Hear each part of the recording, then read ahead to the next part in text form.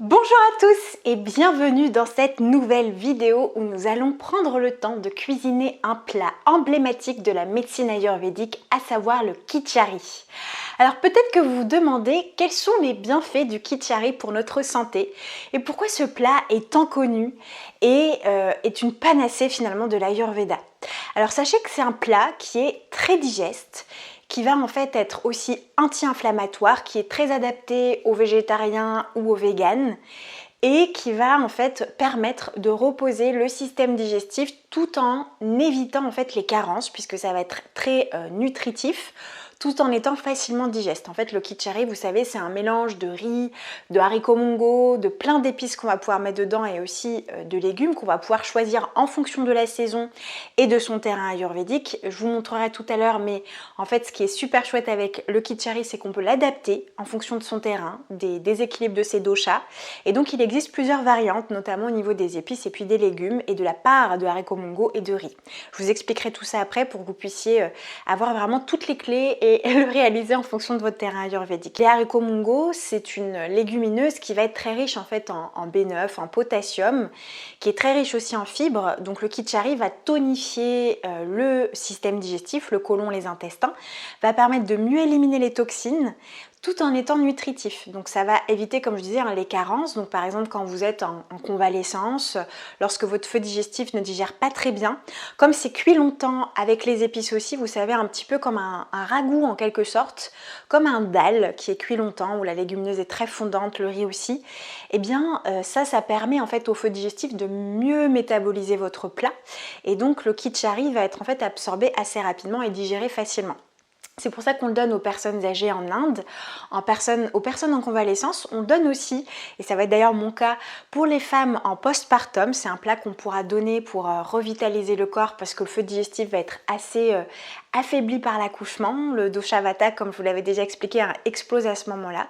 Et c'est un plat qui est tridoshique, qui va convenir vraiment à toutes les constitutions ayurvédiques en fonction des ingrédients que vous allez y placer, bien sûr. Donc souvent, c'est un plat qu'on va recommander en ayurveda en fait aux sorties de saison et aux entrées de la saison d'après, en fait, donc aux transitions de saison, donc notamment en fait de l'hiver vers le printemps, pour reposer le système digestif et qu'il puisse en fait détoxifier ce qu'il a détoxifié, mais aussi à la sortie de l'été vers l'automne. Donc là c'est vraiment la période de transition idéale puisque nous sommes début septembre, donc c'est vraiment aussi le moment de vous faire une petite cure de khichari si vous sentez que vous avez le système digestif qui est un petit peu en peine, donc que vous digérez pas très bien, que vous avez pas mal de gaz, de ballonnement, que vous êtes fatigué. C'est le moment un petit peu d'aider votre corps avec ce plat nutritif.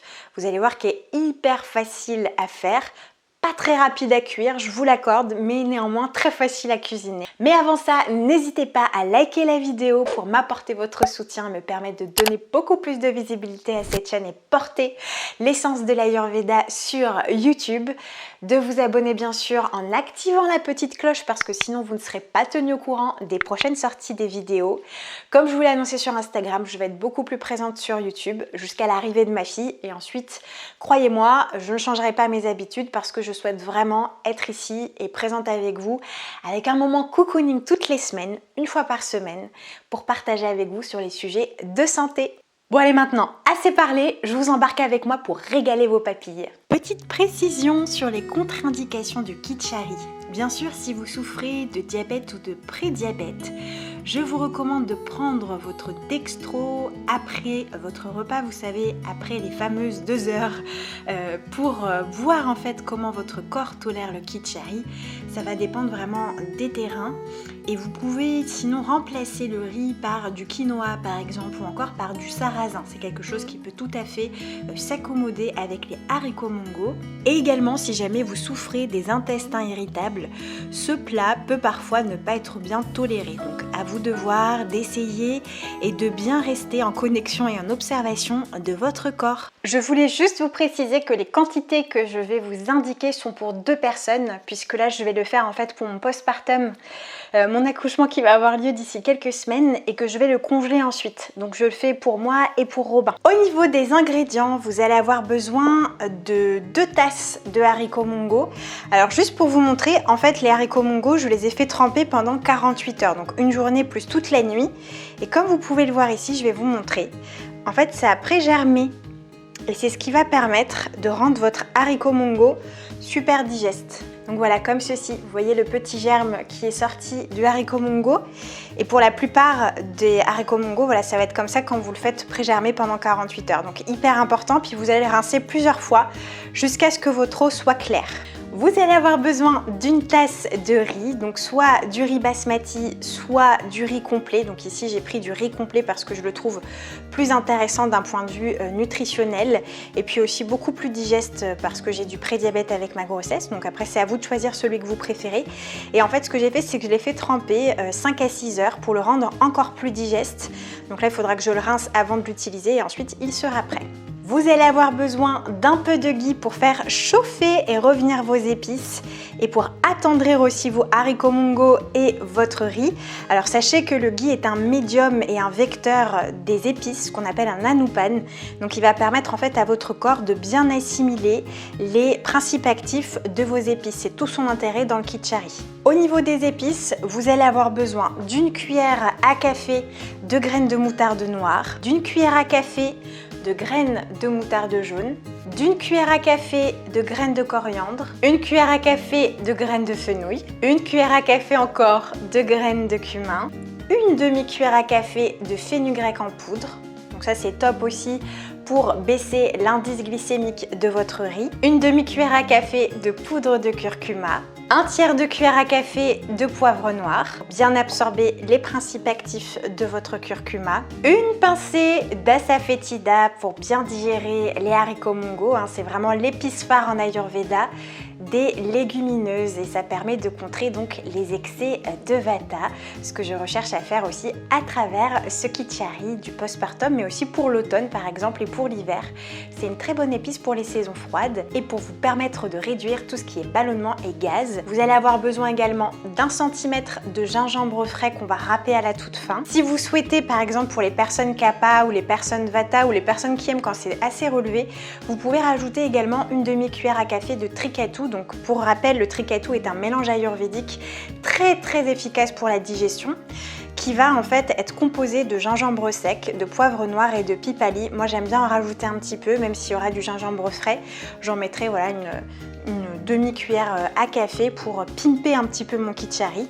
Vous allez avoir besoin également de sel, donc ici j'ai pris du sel rose de l'Himalaya, d'aromates frais de votre choix, donc ça peut être par exemple de la coriandre, ça peut être également de la menthe verte ou de la menthe poivrée. Donc là je suis allée cueillir de la menthe poivrée dans mon jardin et je vais en ajouter dans mon kitchari, ce qui va permettre aussi de représenter un élément refroidissant avec le riz et le ghee dans cette composition, puisque comme vous pouvez le voir là on n'a que des épices chauffantes, donc ça permet aussi d'apporter ce petit côté, ce virya, ce qu'on appelle le virya, donc l'énergie refroidissante aussi dans ce mélange d'épices et donc de créer un joli équilibre. Ensuite, vous allez aussi pouvoir ajouter, si vous souhaitez, le jus d'un citron, enfin d'un demi-citron, pour pouvoir aussi apporter ce côté acide à votre kitchari.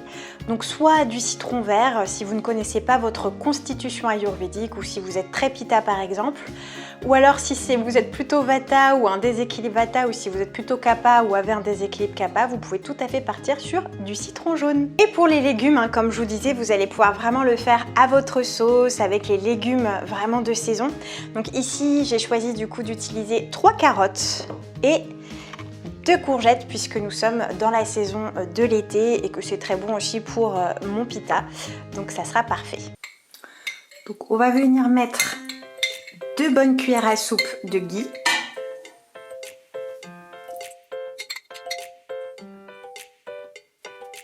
Je pense que je vais même en rajouter une 3e en fait au vu de la quantité que je vais faire de kitchari. Donc plutôt 3 cuillères à soupe. Donc pendant que votre ghee est en train de chauffer, vous allez pouvoir y adjoindre vos épices. Donc toutes les graines d'épices comme on a dit. Vos graines de moutarde noire. Si vous êtes kapha d'ailleurs, vous pouvez en rajouter un peu plus, des graines de moutarde. Donc par exemple une cuillère à café et demi, voire même 2 cuillères à café, c'est tout à fait possible. Et voilà, vous y avez mis donc tout l'ensemble de vos graines d'épices. On va laisser le vagar se constituer, donc les graines en fait éclater très légèrement et vous allez en fait le ressentir au niveau aussi de l'odeur. Quand les graines commencent à libérer en fait leur parfum, ce parfum délicieux qu'on cherche à avoir, et bien ça veut dire que votre vagar il est prêt. Une fois que votre vagar est prêt, vous allez pouvoir y ajouter vos haricots mongo. Donc on va pouvoir les ajouter dans notre vagar. Et on va également ajouter tout de suite notre riz, donc ici du riz complet, hein, comme je vous le disais tout à l'heure également, que j'ai rincé et égoutté.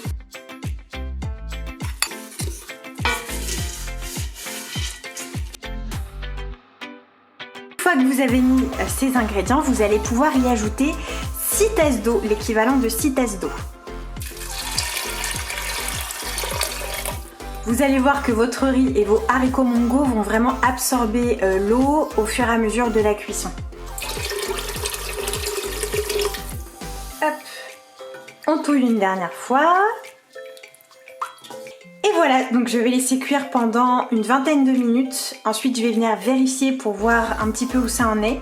Et en fonction, on verra si on doit rajouter de l'eau et à ce moment-là, on pourra rajouter aussi nos légumes. Du coup, j'ai fait cuire les haricots mongo et le riz pendant 20 minutes, voire même 25 minutes. Je pense que ça a duré un tout petit peu plus longtemps. Et comme vous pouvez le voir, donc c'est cuit, pratiquement cuit. Alors, les haricots mongo sont encore un petit peu résistants, donc la façon de voir, c'est vraiment... quand ils sont cuits, en fait, ils sont assez mous. Là, ils sont résistants, mais ils s'écrasent quand même un peu. Donc, il manque encore un peu de cuisson. Et du coup, c'est à ce moment-là qu'on va pouvoir ajouter les légumes. Donc, on va venir ajouter nos courgettes que j'ai coupées en petits morceaux, ainsi que les carottes également que j'ai émincées et coupées en petits morceaux. Et comme je vous l'avais dit, hein, les haricots mongo et le riz ont absorbé absolument toute l'eau, donc je vais pouvoir rajouter un petit peu d'eau pour continuer la cuisson. Équivalent à peu près de 3 tasses d'eau pour que ça recouvre bien le kichari. Donc on va venir y ajouter nos poudres d'épices. Donc je vais commencer par un petit peu de sel, donc ça bien sûr c'est en fonction de votre goût. Moi je mets à peu près cette équivalence là en termes de quantité. Puis après je préfère, d'ailleurs je vais en rajouter un tout petit peu plus, mais je préfère en fait ajouter à la fin de la cuisson si jamais ça me paraît pas suffisamment salé plutôt que de trop en mettre. Je vais y ajouter ma demi-cuillère à café de curcuma. Hop. Je vais ajouter mon poivre. Un tiers de cuillère à café d'asafoetida. Je vais y ajouter une demi-cuillère à café de tricatou. Et comme dans la safoetida que je vous ai présenté, on a un petit peu de fenugrec, du coup je ne vais pas en ajouter trop. C'est vraiment un tout petit tiers, voilà, de fenugrec. C'est juste parce que c'est très bon pour le prédiabète, le diabète aussi si vous êtes de nature kappa. C'est très bon pour vous pour stimuler le métabolisme. Voilà, on a mis toutes nos épices et il ne reste plus qu'à faire cuire encore une vingtaine de minutes, voire même un quart d'heure. Donc d'ici un quart d'heure, je vais vérifier pour voir où est-ce qu'on en est parce que la courgette et les carottes, ce sont quand même des légumes qui cuisent assez vite. Du coup, il n'y a pas besoin de les faire cuire trop longtemps comme des pommes de terre ou encore du potiron si jamais vous souhaitez utiliser plutôt par exemple des légumes racines pour votre kichari. Là, on reste quand même sur des légumes qui cuisent assez vite. C'est parti pour 20 minutes supplémentaires. Et voilà, notre kichari est enfin prêt. Alors comment est-ce qu'on le sait? Eh bien en fait vos haricots mongo et votre riz vont être fondants ainsi que vos légumes. Vous voyez, ça fait vraiment comme alors j'allais dire un ragoût, et c'est plus comme un dal finalement au niveau de la consistance de vos haricots mongo et de votre riz. Donc c'est très fondant. On a un petit peu de jus, donc de sauce qui accompagne sans que ça soit trop liquide non plus. Donc on ne cherche pas à faire une soupe. Et puis les légumes là ils sont bien fondants, mais ils se tiennent quand même parce que voilà, on veut quand même avoir de la saveur dans le plat. Donc maintenant je vais dresser une assiette. Voilà, j'ai mis un petit peu de kichari dans mon assiette. Donc si vous le souhaitez, vous pouvez tout à fait ajouter du gingembre frais sur le dessus pour venir ajouter cette saveur piquante. Donc ça c'est notamment pour les capas, si vous êtes assez capa, ou alors lorsque vous faites un kichari par exemple à la saison du printemps, c'est très intéressant d'utiliser le gingembre frais. Moi personnellement, je ne vais pas l'utiliser, mais je l'ai mis quand même ici pour vous parce que j'ai quand même ajouté du tricatou et je suis de nature pita, donc je veux pas non plus trop allumer mon feu. En revanche, je vais quand même ajouter un petit peu de jus de citron parce que ça, j'adore, même si c'est du citron jaune. Alors, je n'avais que ça sous la main, mais si vous avez du citron vert, c'est encore meilleur. Donc, ce que je fais, en fait, c'est que je viens tout simplement prendre un demi-citron. Je vais pas tout mettre, ça va dépendre. Mais je peux tout mettre, par exemple, si je veux un goût très acide, ou alors mettre juste un petit peu en fonction du goût et de vos préférences en acidité que vous avez au niveau de votre palais. Et pour la saveur rafraîchissante, je vais venir ajouter quelques feuilles de menthe poivrée du jardin, toutes fraîches. Voilà, sur le dessus. Et voilà, mon kichari est prêt. On va quand même le goûter pour vérifier les saveurs. C'est super bon, c'est vraiment un délice. Donc dites-moi dans les commentaires si vous avez apprécié la recette, si vous connaissiez le kichari et si vous comptez la refaire. Je veux absolument lire votre avis pour savoir voilà, si la recette vous a plu. En tout cas, n'hésitez pas à la faire pour l'automne et l'hiver, c'est vraiment une bombe nutritionnelle et vous allez faire beaucoup de bien à votre corps. Pour adapter la recette pour les doshas et pour les saisons, on va voir ça tout de suite. Pour les vata, vous pouvez en fait sélectionner par exemple des légumes racines comme les pommes de terre. Vous pouvez aussi partir sur du potiron, de la courge, du céleri, des carottes. Ajoutez si vous souhaitez aussi un peu plus de ghee, donc par exemple au lieu des 3 cuillères à soupe, vous pouvez tout à fait partir sur 4 cuillères à soupe de ghee afin de vraiment bien hydrater et nourrir vos tissus. Pour les mélanges d'épices également, tout ce que je vous ai indiqué là conviendra pour votre constitution, mais vous pouvez aussi refaire le petit mélange d'épices que je vous avais présenté dans l'une de mes vidéos qui s'adresse vraiment au vata. Donc vous pouvez tout à fait reprendre ce mélange d'épices. Et pour la safetida, vous pouvez en mettre un tout petit peu plus ou même partir sur le mélange ayurvédique en fait qu'on appelle Ingvashtak, qui est aussi à base d'asafetida et qu'on donne pour les vata. À la place des haricots mongo, si jamais vous avez l'impression que vous ne les digérez pas bien, vous pouvez tout à fait partir sur de l'ourad dal. Donc c'est une lentille blanche en fait qui est très bonne pour les vata et facilement digeste. Pour les pitta, vous pouvez ajouter à votre préparation, donc comme je le disais, de la menthe poivrée ou de la coriandre comme j'ai fait de mon côté avec la menthe poivrée. Vous pouvez tout à fait pour les légumes choisir des légumes verts, donc du chou, du brocoli, de la blette, de la courgette ou encore des haricots verts.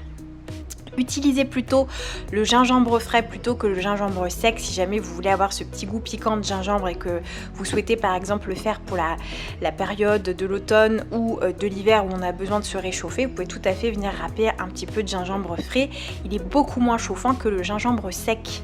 Utilisez plutôt la moutarde blanche plutôt que la moutarde, les graines de moutarde noire. Mais vous pouvez aussi quand même, comme moi, utiliser les deux à condition que vous ayez des aliments rafraîchissants dans votre kichari. Vous pouvez également ajouter un petit peu de gousses de cardamome dans votre préparation si vous souhaitez. Donc par exemple en ajouter 2-3 et même ajouter de la rose en poudre. Pour les capas, vous pouvez rajouter de la cannelle, des clous de girofle et même 1 à 2 feuilles de laurier dans votre kichari. N'hésitez surtout pas à rajouter le gingembre frais sur le dessus, pour vous c'est l'idéal. Pour les légumes, vous pouvez par exemple partir sur des petits pois, du chou, des brocolis, de l'asperge, de l'épinard ou encore des navets qui conviendront tout à fait.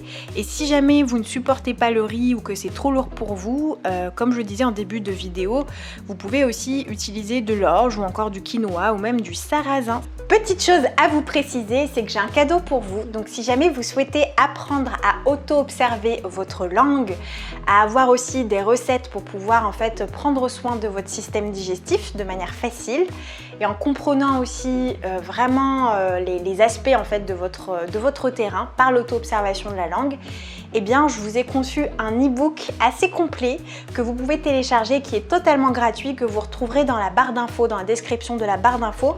Donc n'hésitez pas en fait à le télécharger parce que je change régulièrement d'e-book, donc d'ici quelques temps il sera plus disponible. Voilà, donc vous pouvez tout à fait le télécharger en barre d'infos, lire tout ça et puis apprendre et découvrir ces éléments pour prendre soin de votre terrain. J'espère que cette recette du Kichari ravira vos papilles et vous permettra de bien digérer pendant cette saison de l'automne et de l'hiver. Je vous retrouve dans une prochaine vidéo où justement nous allons aborder la question de l'automne et de l'Ayurveda. Je vous donnerai plein de conseils très pratico-pratiques pour prendre soin de vous. Je vous fais des gros bisous et je vous dis à très vite dans une prochaine vidéo. Mouah.